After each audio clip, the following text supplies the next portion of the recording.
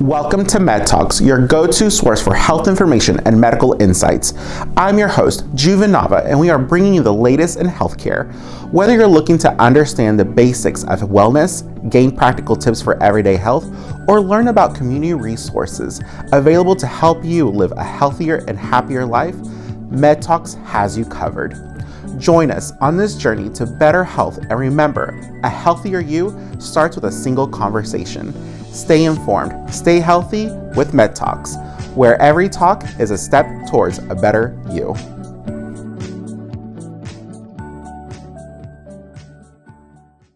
GraceMed Health Clinic is your home for complete compassionate care.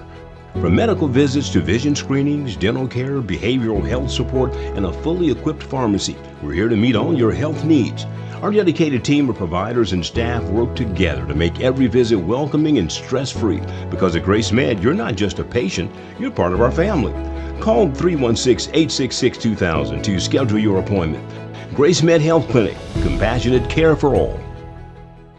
Welcome, guys, to another episode of MedTalks. I am Juvenava, Director of Community Outreach and Communications here at GraceMed Health Clinic.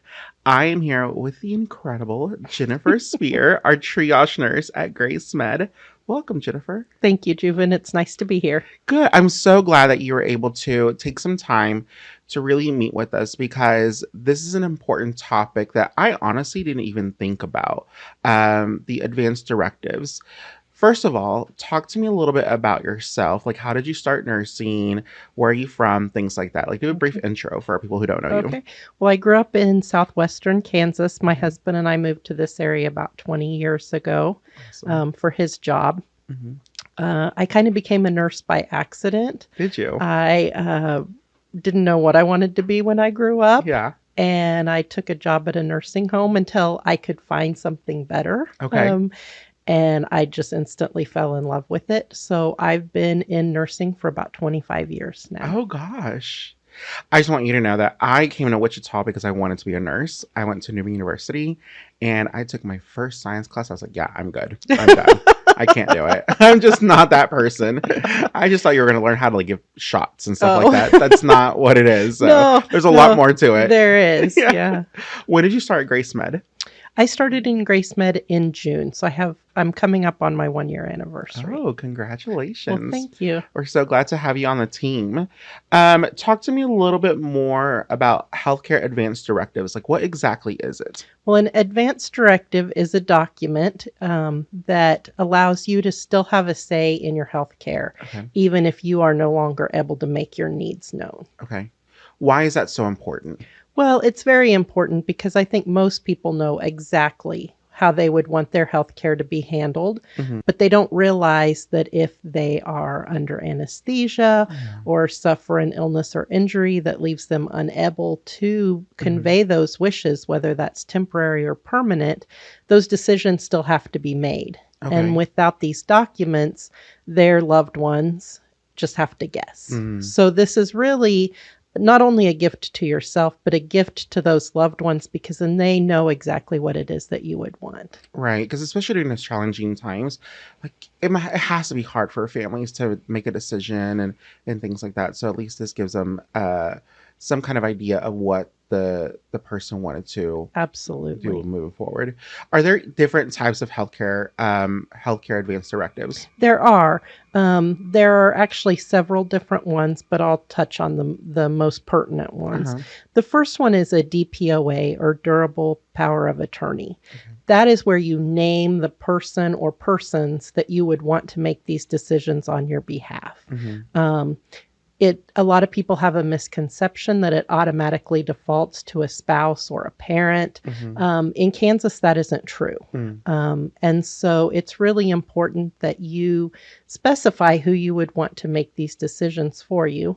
And it doesn't have to be a family member. If you're worried that because emotion might get in the way, or you don't want to burden a family member with that, oftentimes people choose a friend. Okay.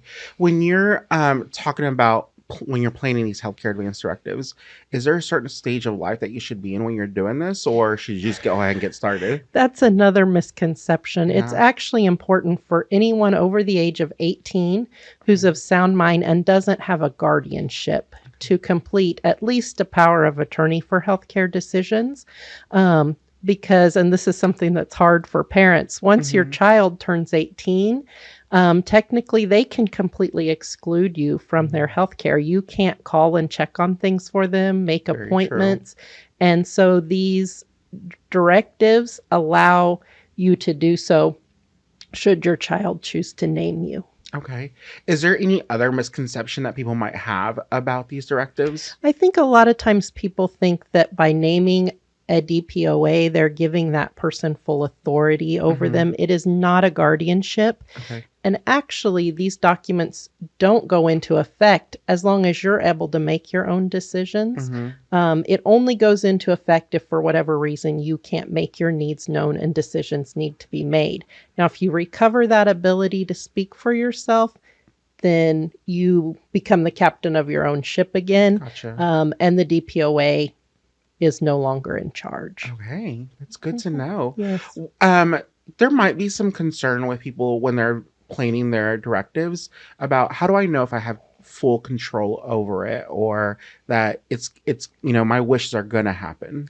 So you do have full control over it. These documents changed or withdrawn at any time.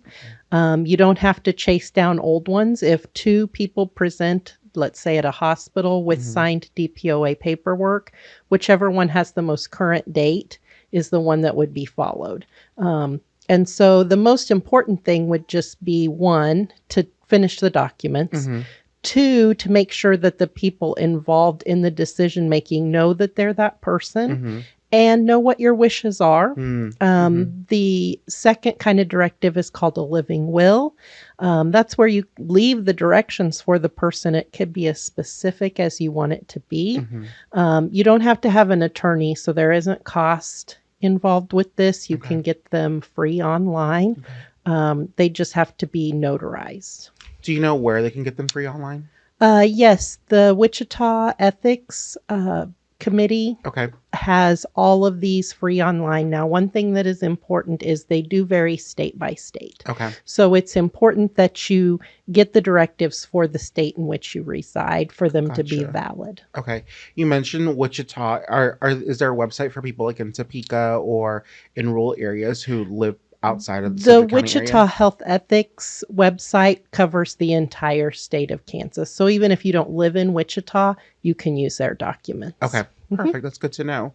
Is there a real life example that you could perhaps give to our listeners about, healthcare advance directives that they could perhaps realize that how important this is?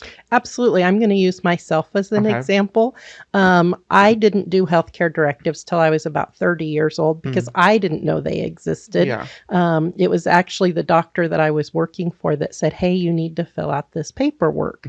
So I filled it out, didn't give much more thought to it until about 5 years later. I was having surgery. During the surgery, something went wrong. They had to alter what they were going to do, and it was no longer covered under the permissions that I had signed prior to the surgery. Luckily, for some reason that morning, I had grabbed that document to take with us. It named my husband as the power of attorney, and he was in the waiting room. So they went out to him, explained what was going on. He made the decision exactly what I would have wanted. So while I was still under anesthesia until I was recovered, he was making those decisions. Once I recovered, then I was able to make the decisions for myself again. Perfect. Wow, that's an incredible story, and thank you for sharing that. Well, thank you. That's part of the reason that I'm so passionate about this. I have seen through my years as a nurse that making these decisions can really either bring a family together or tear them apart. And during a time of crisis, you would like to think that your family would come together to support one another instead of bickering or arguing about taking care of you. And I'm glad you mentioned family, because how does this impact the rest of the family? It really I think helps, especially if you aren't afraid to talk about it. I think as a society, we really don't want to talk about illness or end of life. And I think it is important that your family members or your friends, whoever's going to help make these decisions for you, know what your wishes are because they're very personal. Right. And talking about it doesn't make it happen. Yeah. But talking about it does make it easier when it does happen. Yeah.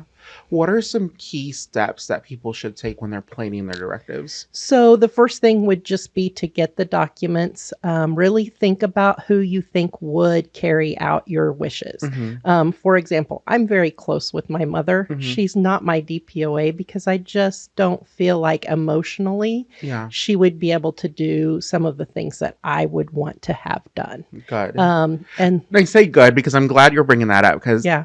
you do have to think about people's emotions. You do. Yeah. It's a very emotional time when someone is ill to the point that they can no longer make their decisions. It's a very emotional time. Right. And so I actually have said for 25 years that I was raising my DPOAs. I've raised my children so that now they are 23 years old.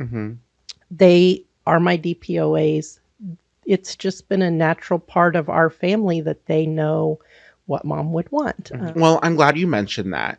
How far advanced should people plan or talk to their family about the directives? As soon as possible. I mean, we never know what the next minutes or years of our life hold. Like I said, you can always redo these, revamp them. So as your healthcare changes, as your age changes, those are appropriate times to reevaluate this. The reason we're talking about it today is because April is the awareness month. National Decision Day is held the day after Tax Day, which is easy to remember because the two things we can count on are death and taxes. Right. So when you are filing those taxes, it's a good time to pull these out of the file cabinet, read over them, make sure they're still what you want, make sure the people that you've named as your power of attorney still have the ability to carry out that, and make sure that those wishes in the living will are exactly what you still want. Because as we age and mature, our ideas about what we want change. Yeah. What would you recommend to someone who isn't married, has no children, and their parents are no longer living? Most of us have a person that we trust. Yeah. As I've talked to patients about this over the last few decades, almost every single person knows immediately who they would want that person to be. If I say, who would you want to make decisions for you? They usually know. Yeah. The important next step is get that in writing. Right. Finish this DPOA.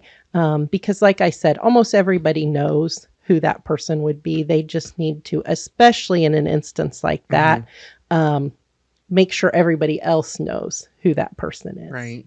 You mentioned that there was a website for people to get forms and things like that. Is there anyone that can assist them like in person or perhaps guide them on how to complete those forms? Absolutely. Any of your healthcare providers should have access and knowledge about these forms to be able to point you in the right direction.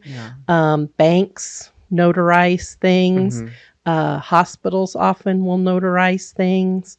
You can ask and there are people that can help you with this. And like I said, it's not like a will. You don't have to have an attorney. There's no cost involved with it. It's just, and they're one-page documents. So they're very simple to complete. They do require either to be witnessed or notarized, and people can help you with that too.